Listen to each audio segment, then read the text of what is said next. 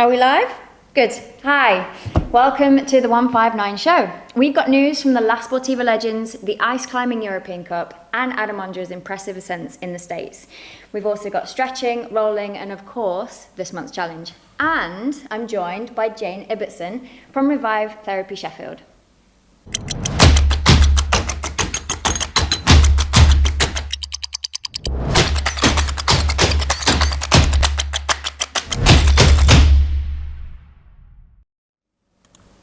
Thanks for tuning in. So let's start with some news.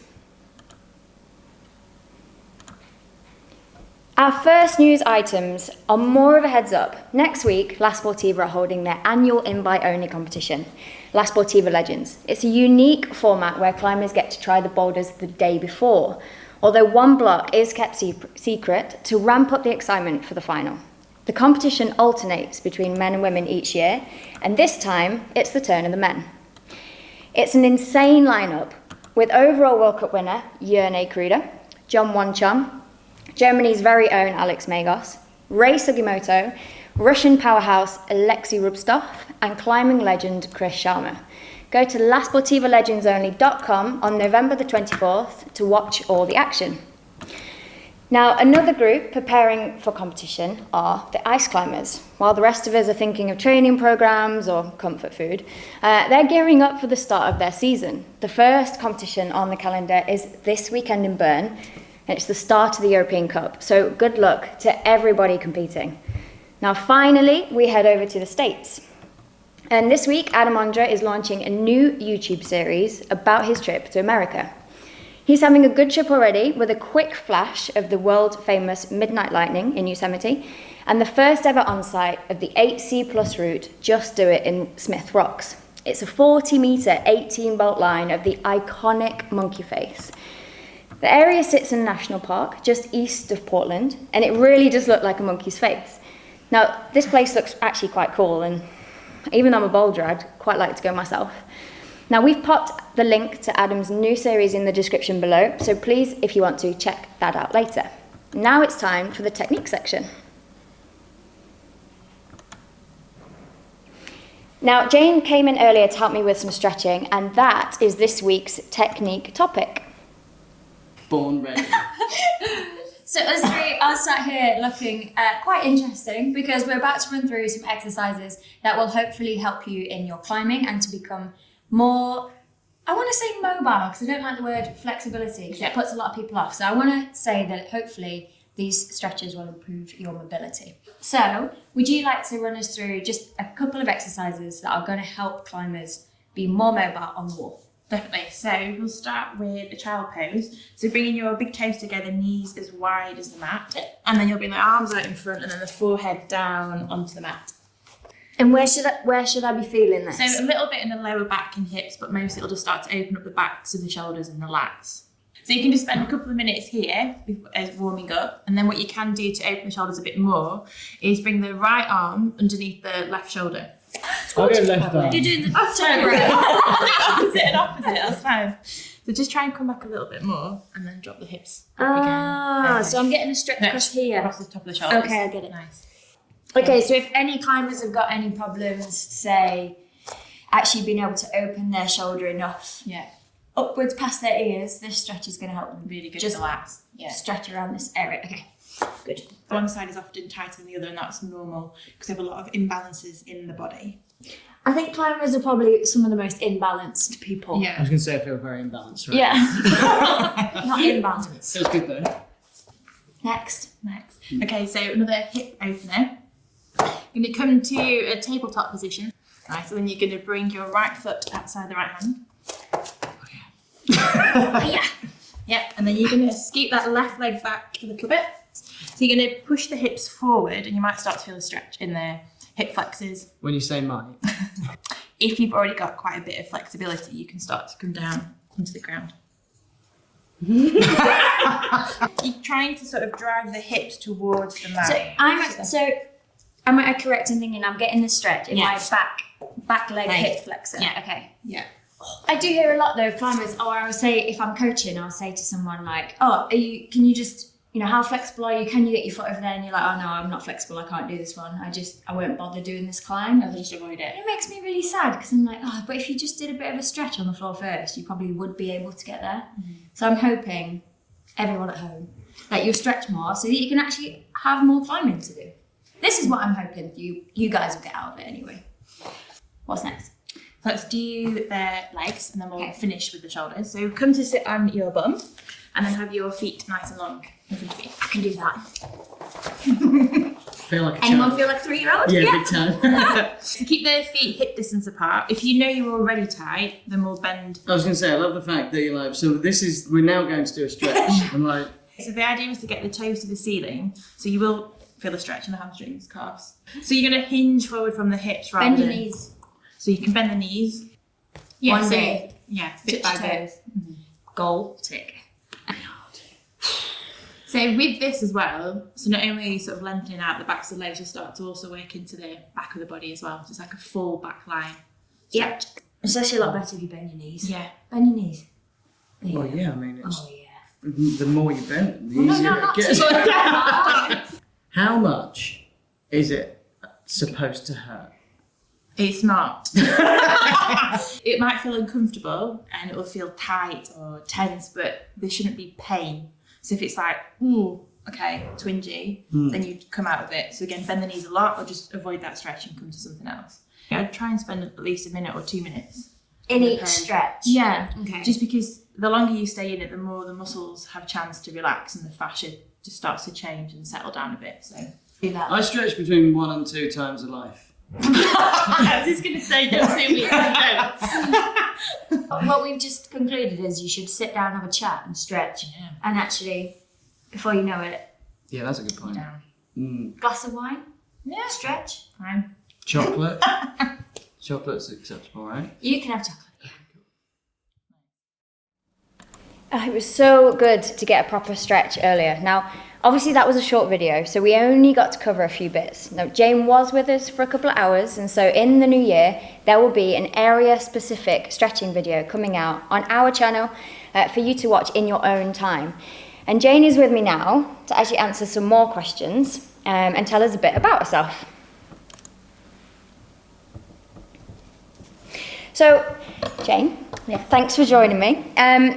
It's become quite apparent in the past couple of years that yoga and climbing has kind of boomed onto the market hand in hand because they complement each other so well. Yeah, definitely. To the point that I'm now running my own classes in Sheffield at Exel Woods on a Wednesday night, which accommodates climbers. Okay. Yeah. And I don't know if I heard you correctly earlier. Do you actually run a discount? Yes, for For- members of the Climbing Works. Okay, so any of you down the Climbing Works in Sheffield who is a member and you think that you would like to stretch a little bit more, Jane's your lady. So actually, for you to get more information, your Instagram is... Revive Therapy Sheffield and the same for Facebook. Okay, so if you want to see a bit more of what she does, a bit more information, head over to her pages just so you can actually have a look at what she does. So there's lots of people out there who almost in a way are put off going to their first yoga session. I've heard some people say, oh, it's a bit too hippie for me, or some guys saying, well, it's not really a guy thing. I don't want to join in. Yeah, there's a lot of stigma around it, but I think the advantage with Sheffield is there are so many different yoga studios and different teachers. There's definitely different styles of yoga to suit different people. So if it's just sport specific, then there's loads that are out there. Okay, so if you feel like you do want kind of a holistic experience, there's one for you. If you Yeah. actually just want to go into a room For the purpose and of stretch. stretching, then there's, yeah. Okay, and in terms of somebody actually managing to find that information out, I'm not involved in the world of yoga myself. I actually came to one of your classes last night so that I could see what you do. Is it pretty obvious for people to see the different types of yoga? I think so. You can sort of gauge from people's websites and from any sort of blurbs on Facebook the type of styles, but there's a lot of yoga for sport if you just type that into Facebook. But Okay. that's, yeah, So you can tailor your kind of style of yoga that you want. definitely. Okay.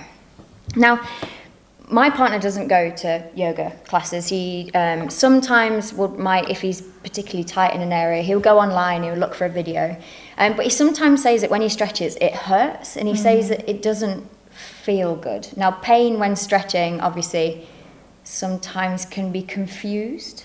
Yeah, so this, I think that's what we spoke about earlier, is there's a big difference between discomfort and pain. So if it's painful, they should just stop or come out of it a bit, make it a bit easier.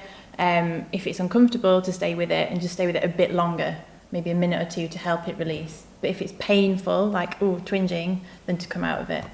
Okay, Yeah. so pain is bad. Yeah, but discomfort's fine. If it doesn't feel like you don't want to be there anymore, you probably should stay there a bit definitely. longer. Is what you're saying. Yeah. Okay, so actually that leads me on to my next point quite well, in that I'm an ex-gymnast, but I'm seemingly starting over the years to lose my flexibility a little bit. I definitely have more in my legs than the rest of my body, but I'm probably not stretching enough. I think that's the case for most people, to be honest, and I think it's really important to stretch every day, even when you're not training. Every day? Yeah, even if it's just a couple of minutes. Okay, so in the ideal world, I'm a climber. I climb on average 3 times a week, sometimes 3 to 5, for example. Tell me like a rough guide on how many, like when and how long and that kind of thing. Like a really rough guide. Yeah, probably every time you train, so with a little bit of a warm up, but definitely after you finish your climbing session. Okay. To spend maybe 5-10 minutes stretching, and then another 2 days in the week where you're not training or not climbing, just to dedicate that time. Okay, so 2 days a week, no climbing session. I should be stretching anyway. Yeah. Okay. And then you said when I'm climbing to do a bit of a warm up before I start, and then actually stretch A afterwards. bit longer afterwards. Yeah. Okay, and then in terms of stretching itself, only because I think you guys at home will be quite interested in the nitty gritty bits. Each stretch, how long are we talking? Like, what happened when you stretch a muscle? Like, do you just sort of go, "Oop, stretched it, off we go"?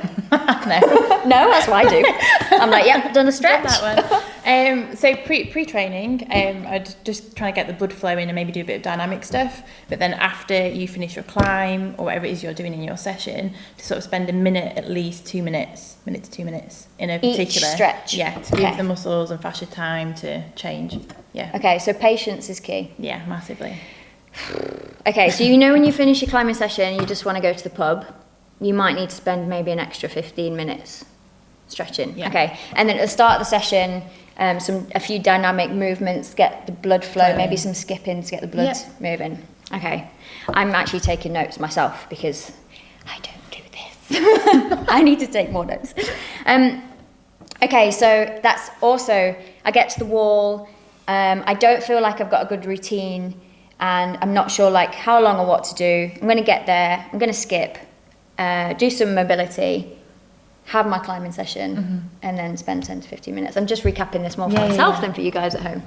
Okay, and then if I've got any particular problem areas, such as I find that my hips are really inflexible and I can't keep myself close to the wall, would you do a session specifically around one area, or do you always keep it body wide so you're not over? Can you overstretch? Yeah, you can definitely.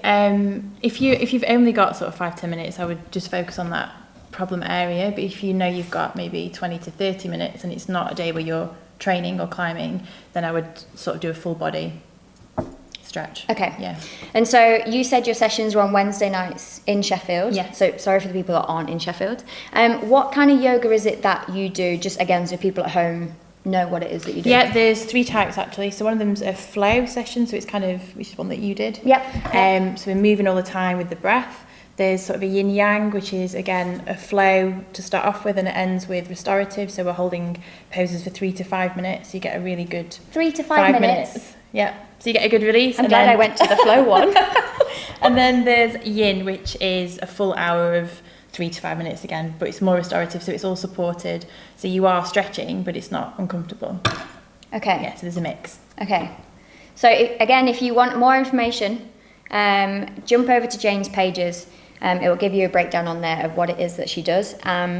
If you're thinking to yourself that you could probably do with being a bit more flexible, I would greatly advise that you actually look into doing this more seriously if you want to improve your climbing, because I feel personally it's the easiest area to improve without actually needing to do much. Like, you don't have to go to yoga class, you can stretch at home. Obviously you can stretch at the wall. If you want to get better at climbing and you're not flexible, top of your list. Yeah, definitely. Well, thanks for joining me. Thanks for a brief insight. Thank you. Now, before we go, let's take a look at this month's challenge.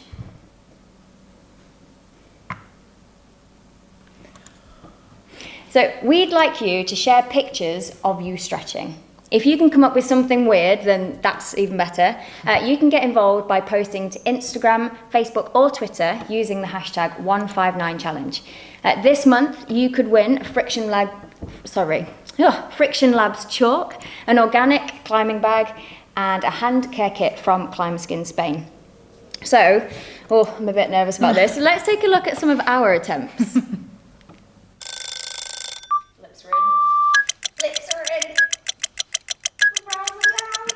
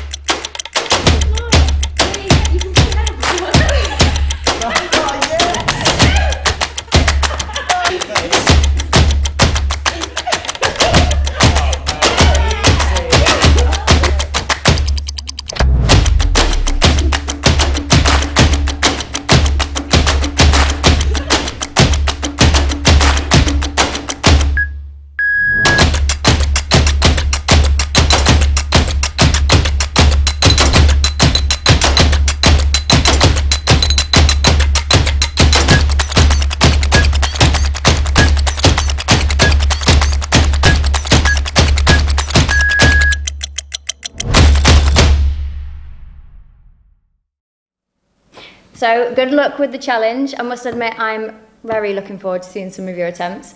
I also want to say congratulations to Bouldering Dad's daughter from Germany who actually won last month's challenge. Your prizes are on your way to you. Now don't forget to enter this month's challenge by sharing your pictures and videos using the hashtag 159challenge. Now very quickly before we go, I also want to just jump over to some of our questions we've been sent in on social media. Apologies if I don't read your social media and tag names right. So Morgan Gruft, I presume that's your name, on Instagram asks, what are some commonly overlooked stretches for climbers? And I actually want to bring you back in here. Now, personally, I feel that because we use our hands and fingers so much, it's the forearms. It's over here is often overlooked because they think that you should stretch the bigger muscles. Yeah. And I personally find stretching my forearms really nice is probably the correct word. Is there a right and wrong way of doing it? No, it's just really good to keep your arm in line with the shoulders, Okay. the palm to face out, and then bringing the fingers back towards the face, but not bending the fingers. So Okay, so a bit below. on that, yeah. Yeah, and then the opposite way, bringing the palm down. And then like we did earlier. On the top, Yeah. okay. So then you can curl the fingers round and make it a bit deeper. So if you're not feeling a stretch doing this one, you can bend the fingers this way. Yep. And then, yep, that works. So there you go. That would be my top overlooked muscle stretch for climbers. Joe Zaberas, maybe, asks, are you better to do a long stretching routine the night before a comp or during the warm-up before? Night before a comp. Yeah. Okay, definitely. so don't change your normal routine before you enter a competition. Do all of your preparations the night before. Get nice, soft and supple. And good luck with your next competition. Mike Rowland, should stretching be a daily routine? How long for? And would you do different stretches each day? So we have actually covered that briefly before. Different stretches each day. It depends on what your goal is. So if you are trying to do the splits, then you would need to do the same stretch every day because general kind of suppleness and trying to get good on the wall generally with Then the you shoulders can and do the a hips, full body. then a full body, and you could spend each day doing different, but just stretching every day. Yeah. Okay, every day. Emily on Twitter asks, do I need to warm up before I stretch if I'm at home? And if so, how? Yes, so again, just to get the blood flowing, warm the muscles up, you can, like you said, skip for a couple of minutes. You could just Pulse do raiser. Get the blood going. Yeah, star jumps, anything. Yeah. Okay.